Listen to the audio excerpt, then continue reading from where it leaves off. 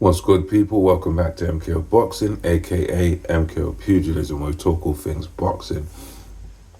Right now, let's get into it. So, another fight that was quite high up on the card was Shakur Stevenson, undefeated, and he fought Josh Padley, and Padley was a very last-minute replacement. I think he said he had 4 days' notice. Plucky British guy, and this was one of them where all Shakur Stevenson could do is just beat what's in front of him.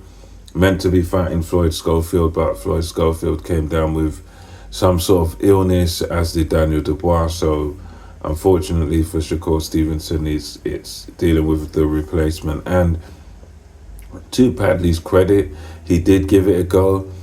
He was boxing quite well in the early rounds. You could tell he was always going to be second best, because Stevenson's pound for pound one of the best fighters in the world today, and Padley is sort of a British or area level fighter.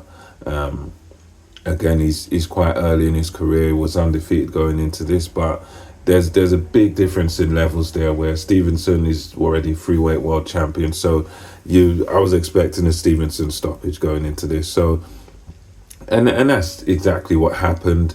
Padley was trying to come into it in the early rounds. He was being quite careful, trying to counter Shakur Stevenson with a jab early on. There was a bit of a battle of the jabs, but as the fight wore on, Shakur Stevenson began to land more and more sort of significant shots. He went very well to the body of Padley, and Padley would sort of try to respond, and it was just sort of one of those fights where very, very similar pattern every round. Stevenson was being quite relaxed, but you could tell he was still wanting to land those power shots, and he was very successful with Stevenson, just peppering Padley all over the place. Padley, to his credit, he did try to come back each time after each attack, but he just wasn't really able to do much with Stevenson, and Stevenson eventually sort of puts him down in the 8th round and a couple of times, and then that's it. The corner steps in and waves it off. It was one of those fights where it was a typical Stevenson fight, leaning back, southpaw stance.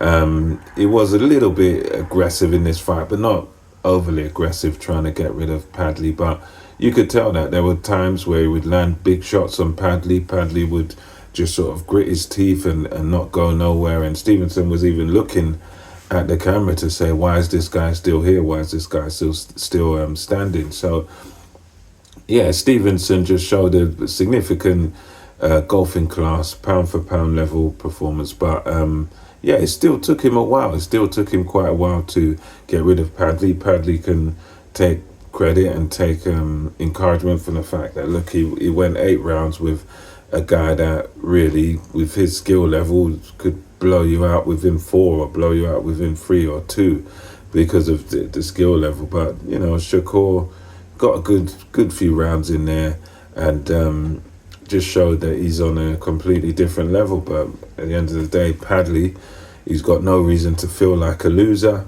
because he come over very, very short notice against pound for pound one of the best fighters in the world, and for him to go 8 rounds to take Stevenson into those later rounds, he deserves a lot of credit. And Stevenson, yeah, very well done to him too. But for Stevenson, this was what we expected. We expected a stoppage from a guy of this level. So, yeah, let me know your thoughts on this in the comment section. And until next time, MKO Boxing, over and out.